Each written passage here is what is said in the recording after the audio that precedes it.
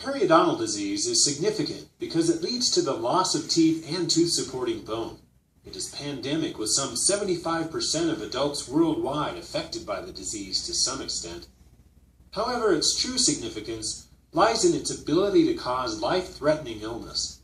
Studies reported in the international medical and dental literature have documented heart disease, heart attacks, poor circulation in the extremities, diabetes, stroke, and pregnancy complications, all of which have been attributed to periodontal disease. There are at least two mechanisms by which this is believed to occur, and the two are probably related. The first occurs when bacteria gain access to the body's circulatory system through leaky blood vessels, like those that are present in chronically inflamed gums. Certain species of bacteria have been shown to cause formation of branched proteins in blood vessel walls, which may trap fatty plaques and clot-producing cells known as platelets. Essentially, this process narrows the diameter of blood vessels to the point where oxygen-carrying red blood cells, immune cells, and other elements necessary to keep downstream tissues healthy can no longer get through.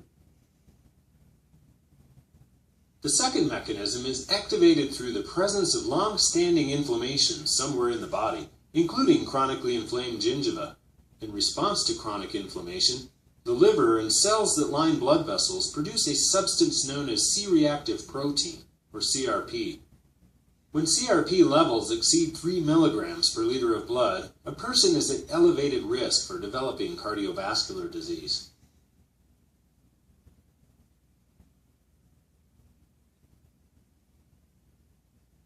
This is because C-reactive protein promotes blood clot formation, instability of fatty plaques in the arteries, which may break free and travel through the circulation to the heart or brain, and swelling of blood vessel walls, all of which reduces the flow of blood through the vessels. Diabetics, whose blood tends to be thicker or more viscous than normal, are at increased risk for problems related to the small blood vessels.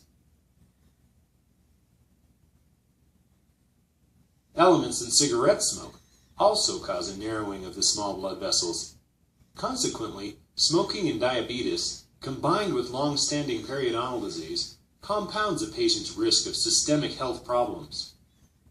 If you've been diagnosed with periodontal disease, it's important to have it treated and monitored for signs of progression to minimize your risk factors for life-threatening illness. It's no exaggeration to say that making a priority of good oral health may well save your life.